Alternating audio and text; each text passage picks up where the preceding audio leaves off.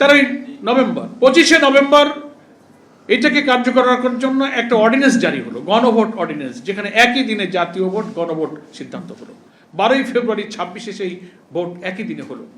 দুর্ভাগ্য হলো নির্বাচনের পরে মেজরিটির ক্ষমতার জোরে এই সমস্ত সংস্কার প্রক্রিয়া এবং হাতে তারা ভোট দিলেন, 70 ভাগ ভোট দিলেন, সব ভুলে গিয়ে 180 ভাগ ইউটার্ন নিয়ে বললেন যে এগুলো আমরা মানি না, এটা সংবিধানে নাই, রাষ্ট্রপতির এই আদেশের কোনো এখতিয়ার নাই, সংস্কার পরিষদ সংবিধান বিরোধী, এখানে শপথ দেওয়ার কোনো বিধান নাই, এই গণভোট ইত্যাদি ব্যাপারে আমরা মতামত এই জন্য দিয়েছিলাম, পার্লামেন্টে বলতেছেন স্বরাষ্ট্রমন্ত্রী, এই জন্য আমরা দিয়েছিলাম যে যদি আপাতত মত না দিত নির্বাচনই হয় কিনা, তাই ভেতরের অনেক কথা ছিল বলিনি, আমরা সব মেনে টেনে সই করছি যে ইলেকশনটা হোক। তাহলে সংস্কারের লক্ষ্য তাদের কিন্তু ছিল না, মুখে এক কথা মনে এক কথা। এখন তথ্য সম্প্রচার খাতের সংস্কার, হয়তো প্রবন্ধকার মনে করেন সংস্কারের কপালেই তো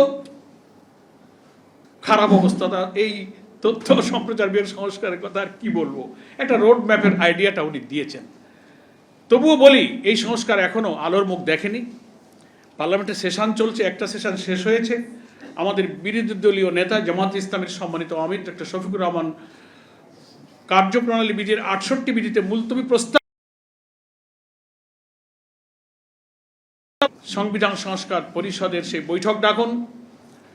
আমরা যে 84টি বিষয়ে একমত হয়েছি, বিএনপি 10-12টা বিষয়ে নোট অফ ডিসেন্ট দিয়েছে, মেজর জুডিশিয়াল এবং কনস্টিটিউশনাল রিফর্মের উপর তারা নোট অফ ডিসেন্ট দিয়েছে, যেগুলো না মানলে এ সংস্কার একেবারে ইম্যাটেরিয়াল হয়ে যাবে, ওইগুলো বাদ দিয়ে তারা সনদ মানেন। আর আমরা বলেছি, জাতি বলছে 70 ভাগ ভোটার হাতে ভোট দিয়ে হায় জয়যুক্ত করে প্রায় 5 কোটি মানুষ 84টি সংস্কার প্রস্তাবকে মেনে নিয়েছে, গণভোটের 4টি প্রশ্নের উত্তরে হা বলেছে। ইভেন যারা এখন ক্ষমতায়, তাদের যিনি প্রধানমন্ত্রী, তিনিও তো হা ভোটের পক্ষে ক্যাম্পেইন করেছিলেন, কি করেছিলেন না? তো আমরা তো সুধারণার ভিত্তিতে বিশ্বাস করবো, তিনিও হাতে ভোট দিয়েছিলেন।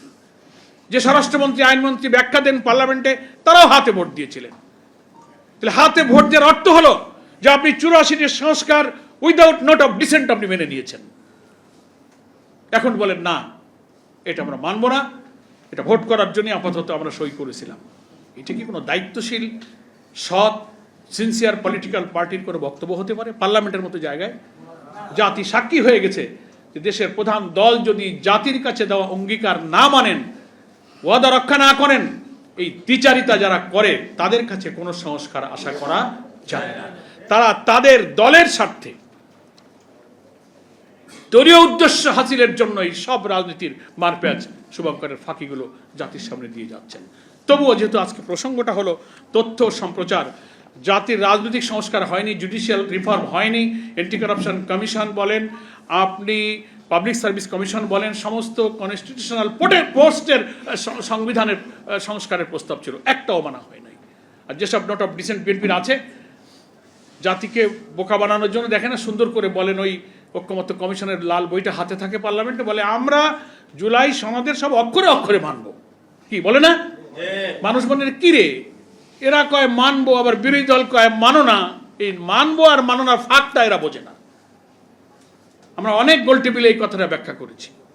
ওই যে মানবো বলে, তার অর্থ হলো যে 10টা নোট অফ ডিসেন্ট গুরুত্বপূর্ণ রাজনৈতিক সাংবিধানিক পদের সংস্কার ওনারা মানেন না, নোট অফ ডিসেন্ট দিয়েছেন, ওইটা সহ ওইটা বাদ দিয়ে ওনারা মানবেন। আর আমরা গণভোটের রায় মানতে বলি কেন? যে গণভোটের যে 84টা ঐক্যমতের বিষয়কে 4টা প্রশ্নের মধ্যে অ্যাকোমোডেট করে রায় চাওয়া হয়েছিল, হা বলুন, 70 ভাগ মানুষ হা বলেছে, ফলে ওখানে কোনো নোট অফ ডিসেন্ট নাই। বিএনপির নোট অফ ডিসেন্ট গণভোটে 5 কোটি মানুষ খারিজ করে দিয়েছে, আপনাদের নোট অফ ডিসেন্ট আমরা মানি না। তাহলে জুলাই সনদ মানি, এর অর্থ হলো আমাদের ওই মৌলিক 10টা বাদ দিয়ে মানি। আর গণভোটের রায় মানার অর্থ হলো নোট অফ ডিসেন্ট বাদ দিয়ে পুরো সংস্কারকে মানতে হবে। এই সংস্কারের পক্ষে হাতে ভোট যদি প্রধানমন্ত্রী দেন, তার অর্থ হলো উনি তো মেনে নিয়েছেন, আবার এখন কেন না বলছেন? একটা দেশের হেড অফ দ্য গভর্নমেন্টের যদি এই চরিত্র হয় যে কথা একবার বলে আবার উল্টে দেয়া, তার কাছে জাতি কি আশা করবে? সেই জন্য লক্ষ্য রাখবেন, ওনারা জুলাই সনদ মানবো বলে, কিন্তু গণভোটের রায় মানবো এই কথা কিন্তু একদিনও বলে নাই। কি বলেছে? ফলে গণভোটকে আর জুলাই সনদকে ওনারা আলাদা করে জাতিকে বিভ্রান্তির ধোঁয়াশার মধ্যে ফেলে দিয়েছে।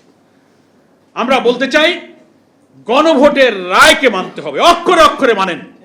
কারণ আপনাদের এই গণভোটের রায়ের মধ্য দিয়ে ক্ষমতাসীন দলের গুরুত্বপূর্ণ সব নোট অফ ডিসেন্টকে জনগণ খারিজ করে দিয়েছে।